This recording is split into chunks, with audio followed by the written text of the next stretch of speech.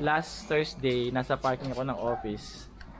Pag alis ko, pag start ko, ayaw na siya umandar. Kahapon kasi, nung Thursday kasi, teka, patayin ko muna makina. Ramdam ko namang mahina na siya, kaya lang nung Thursday, galing ako sa trabaho, hindi na siya umandar nung gabi. Pero may dala akong pang jump start eh, yung malit na. Maganda yun sir, may emergency. Oo, nagamit ko siya. Umandar naman.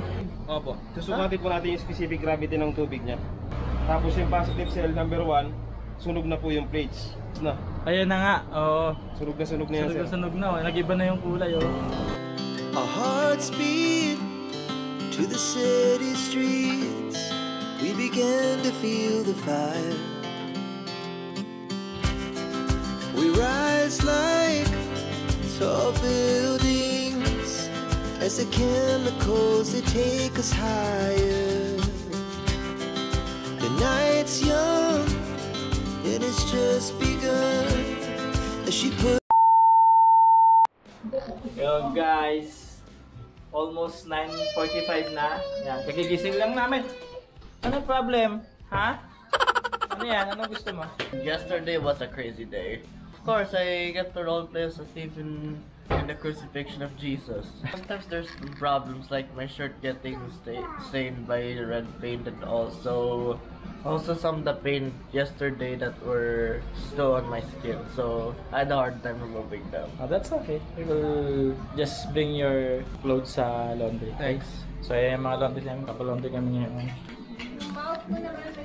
Finish your food. Meron tayong situation kasi eto, yung kotse last Thursday, nasa parking ako ng office. Pag alis ko, pag start ko, ayaw na siya umandar. Kasi may in-expect ako dito eh. In-expect ko na talagang darating yung time, anytime soon, malolobat na siya. Kasi yung battery nito is hindi ko pa napapagtaan, wala nang binili ko siya. Yung battery kasi ni Bughaw, yung Hyundai Ion natin before, is tumagal siya ng 4 years mahigit. So ito, parang tumagal lang siya ng almost 3 years. So ngayon mga ka-villager, titingnan ko ngayong umaga na to kung aandar siya. Kasi nung nasa parking ako, ginamitan ko siya ng jump starter. Teka. Yung naglobat siya, ginamitan ko siya ng jump starter. Ito, nabili ko to sa Lazada. Pero sobrang laki ng silbi niya kasi nung time na nalobat ako, ito lang yung ginamit ko. One click, umandar na ako. Naka-andar na ako. Tapos, nung naka-andar na ako, kumarga na ulit yung battery. Nang paggas ako, pinatay ko yung makina. Syempre, pag-andar ko, pag susi ko ulit, umandar naman kami ulit. Pero ramdam mo mahina na talaga yung battery niya. So, ayan, ito yung nag-save sa akin. Sa Lazada, mura lang to. Hanapin nyo lang yung mga gantong mga device. Ang tawag dito is car jump starter, mga ganyan. Tapos may free na siya na tire inflator. Sobrang laking silbi din nito kasi ang lakas nitong bumuga ng hangin. So meron lang tong ganito, crocodile clamp, na ilalagay mo dun sa battery pag hindi umaandar. Sobrang dali lang kaysa mag-iintay ka pa ng, alam mo yun, mag-iintay ka pa ng car na magiging donor. Sobrang hassle na magiging donor na battery kung saan ka magpapa-jump start. So eto, sobrang laki ng silbi nito. Hindi lang siya pang jump start ng sasakyan, pwede rin siyang power bank. So ganito siya. Tapos meron siyang mga features like yung emergency na parang ilaw. Ayan o, parang pag nasa daan ka, let's say nasiraan ka or may ginagawa ka, pwede mo ito ilagay sa kalsada para mapakita mo na merong emergency situation sa kalsada. So yun, bago ang lahat mga ka-villager, kakain muna kami. At ayan ang masarap na ulam namin. Yan. Yan. Aso! So ngayon mga ka-villager, samahan nyo ako magpapantay ng battery ng kotse doon sa may Arnaldo Highway. Pero bago tayo mag-tuloy sa video na to guys, give us a thumbs up. Don't forget to hit the subscribe button. Pati na din notification bell para palagi tayong updated sa mga videos na ina-upload natin. Huwag din natin kalimutan i-like ang The Villager. Ang The Villager ay ang official FB page na daily video kung saan tayo nag-upload ng mga lumang videos natin para naman sa mga bagong subscribers natin. So ayan, may mga offers yung nakausap ko na battery shop. Malapit na dito sa Lancaster, New City. So sa mga may sasakyan dyan, kung sakali magkakaroon kayo ng emergency, samahan nyo ngayong araw na to. Bisitahin natin yung shop para sakaling mangangailangan din kayo ng battery, at least meron kayong puntahan na malapit dito sa atin. Ako, bibili ng buko ngayon. Sumama ko. Try mo natin kung kaanda rin yung sasakyan. Para, kasi papalitan din naman siya ng battery. Ultimate test na rin kung kaandar pa rin siya ngayong umaga. So yan mga ka-villager, ito ang aming Supremo. So try natin mga ka-villager. 3 years na siya almost. Ayan, ito yung ating engine bay. So try natin mga ka-villager kung aandar ba siya. Nakaano pa naman siya, oh, 12.3 volts. So most likely aandar pa to.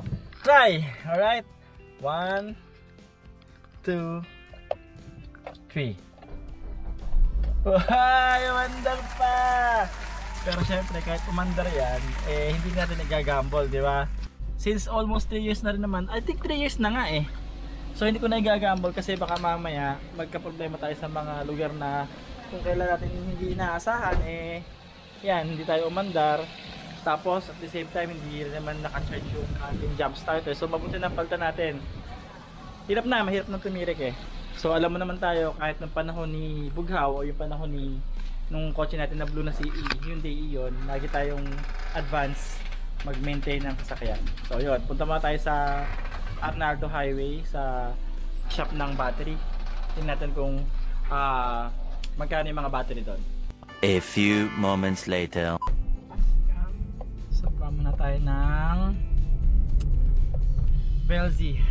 Si Tropa.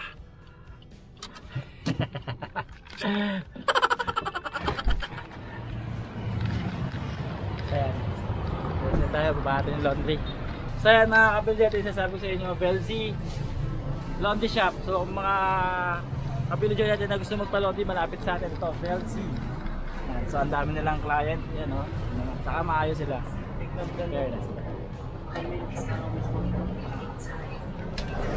Kasi Tropa natin yan. So yan, Belzy Laundry Shop. So trusted ko yan. Din ako nagpapa-laundry. And mga kapilya, dito na nga tayo sa Arnaldo Highway. At ito, yung battery shop. Boss, ako yung nag-PM kanina. Okay lang na ka-video? Go lang. Si Tropa. Ano pangalan mo, sir? Justin po. Yan, sir. Ito yung Ertiga. Baka mag-NS40 na lang ako. Teka. Pero kahapon kasi, nung Thursday kasi, teka, patayin ko muna makina.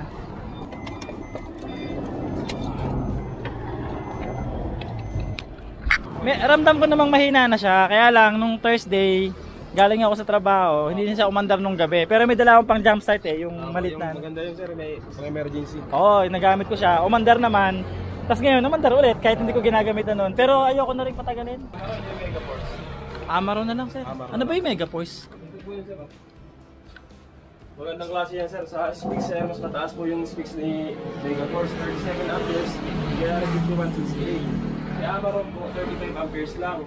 Tapos 335 CCA. Kasi dati may Amaron ako. Yung lumaong kotse, yun din yun. Ang kasama ng stock Amaron. Tumagal ng 4 na taon. Ito naman, almost 3 years. Stock pa rin yan eh. Galing pang kasa yan sir. Galing kasa pa yan. Pero kung sinasabi mong okay to, Mas okay yan sir. Kasi mas okay naman itong Amaron. Kasi talagang tumatagal to. Pero sa specs sir, kung titingnan mo siya, mas mataas yung specs ni Megaforce. Kaya usually, parang pwede silang magsabay. Kung tatagal to ng 3 years, pwede rin kung tumagal ng 3 years. Dealer po namin yan. okay. Yan. Sige. Pero kasukat yan ng NS40, Opo, no? NS40 po. NS40. Megaforce. Ayun mga kabilgers, sa palagay nyo. Mayroon ding indicator na parang ano din, parang Amaron din. Ano nga pinagkaiba na to sir? Yung sa specs niya yung amperahe niya po, tsaka yung CCA. Si Amaron po, 35 amperes. Tapos 335 CCA. Ano yung CCA? Yung cold cranking amperes niya sir. Mas mataas yung cold cranking amperes niya, mas ano yung lifespan niya. Megaforce. Ano to pinsan ni Megatron? Ay, oo nga. Oo nga. Diba sir? Oo. Ibig sabihin mas mabigat sir, punong-puno yung plates niya sa loob. Oo. Hindi dinipid. Oo. Basta sir, pag nagka-problema to, pag warranty, balik ko. Eh, bago naman yung kotse namin. Tsaka wala akong nilagay dyan. Walang karga yan. Kahit ano, stock lang yan. Sige, magkano nga to? Ano sir? 4.5? 4.5. Kasama na yung ano doon, yung old na battery. Tayo mga ka-villager, try natin yung Mega Force kasi gusto ko makatry ng ibang battery. Okay lang ba talaga yung kasabihan na pag dinalagay daw yung battery sa semento na di-discharge? Opo. Kailangan sir may ano, kaya po yung mga maintenance din namin nakaangat. Ay paano yan? Pinatong mo na. Hindi no. Saglit lang naman. Sige yan. Sa mga ka-villager, yan. Last tayo ni Kuya kasi pag mga ganito, pwede naman natin i-DIY pero mas maganda na rin na mga professional yung gagawa para sigurado tayo. A few moments later. Set. Set ka na? Yun o. Sir, ito po yung charging niya pag nakapatay po lahat ng ano, accessory. Naka-aircon po ba? Hindi.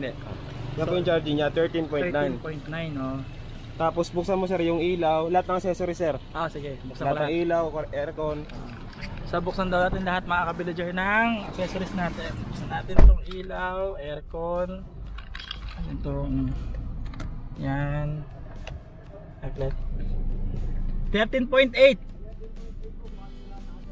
Oo. Normal naman po yun. Ilan kanina yan? 13.9. Kasi wala pong accessory. Bawas makina lang. Ngayon nagbawas siya dahil may headlight ka na, naka-aircon ka pa, lahat ng accessories nakabukas.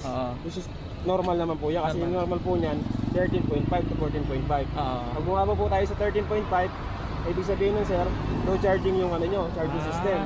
Pag lumagpas naman po tayo sa 14.5 hanggang 15, overcharging na po yun. Pwede po masira si battery. Kasi madidrain po yung battery.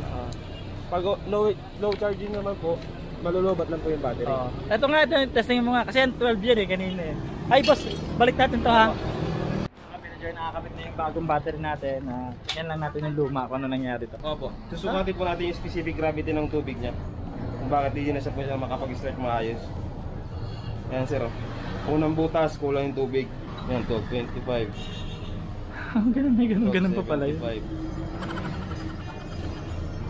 Yan o, di na po pare-parehas yung specific gravity. Dapat kasi pare-parehas yan. Dapat kasi sir, dapat ano lang yan, 1250 po lahat yan. Pag buo yung battery. Pag puro naman po 1175, puro pula yung specific gravity ng tubig. Ibig sabihin na sir, ano lang yun, robot lang. Yan yung karga hindi na maayos eh. Yan o, 1275, 1250 na po yung mga tubig niya. Tapos yung positive cell number 1, sunog na po yung plates. Saka ito hindi pa naman masyadong sunog pero kulang lang sa tubig. Kaya di na, ayun o, lumabas na. Ayun na nga, oo. Sunog na yan sir. Sunog na, nag-iba na yung kulay oh. Kaya mga kapatid dyan, dami na natutunan no, ayan ha. So hindi talagang importante yung maintenance ng battery. Tsaka pakiramdaman natin na yung battery natin pag medyo mahina na, talagang mas maganda preventive talaga. Kasi sir, maturikan kayo sa alang-alang. Oo, sa alang. Kaya yun, mabuti na meron kayo, may dala kaming pang jump start, no boss no. Talagang bagay din po yun yung pang jump start kayo kasi in case man na matirikan kayo sa walang talagang wala kang donor no, wala kang donor. Ang dami natin natutunan kay Kuya Justin no, mga ka-villager. So yan, baka sa Justin baka may shoutout ka. Shout out sa Mega J Power. Yeah. Ano ba, may Facebook ba kayo? Facebook page? May page po. Anong pangalan? Ano po, Pascam. Ay, Motolite and Amaron Pascam. Motolite and Amaron Pascam. Sige, hanapin ko yan. Yan. So ito sila, mga ka-villager. Motolite and Amaron Pascam. So along Arnaldo Highway lang mga ka-villager. Yan mga ka-villager, tapos tayo sa mission natin. Nakapagpakabit na tayo ng battery and obserbahan na natin kasi bagong brand ngayon. And mukhang okay naman yung mga specs na sinabi ni Kuya Justin. Update na lang kayo kung anong performance, kung maganda ba siya or tama lang sa presyo niya. Kasi mas mura siya, pero mas mura siya compare sa Amaron, pero yung mga specs parang panalo naman. So yun mga ka-villager, ang pinaka dapat natin talagang gawin kung ano, kahit anong brand ng battery natin is mas maganda ma-maintain natin siya ng maayos. Sa mga ganung way, mapiprevent natin yung aberya sa biyahe natin at palagi tayo magiging safe sa mga journey natin. So yun mga ka-villager, yun lang naman na masishare ko ngayon at sana naging makabuluhan tong video na to, itong episode na to para sa inyo. Sa mga Tagalancaster dyan mga ka-villager, malapit lang Arnaldo Highway, kung kailangan nyo ng battery, puntahan nyo lang si Kuya Justin. Pati yung kanilang FB page, nandito yung link nila sa description natin. So mga ka-villager, ingat tayo palagi. See you soon and bye for now.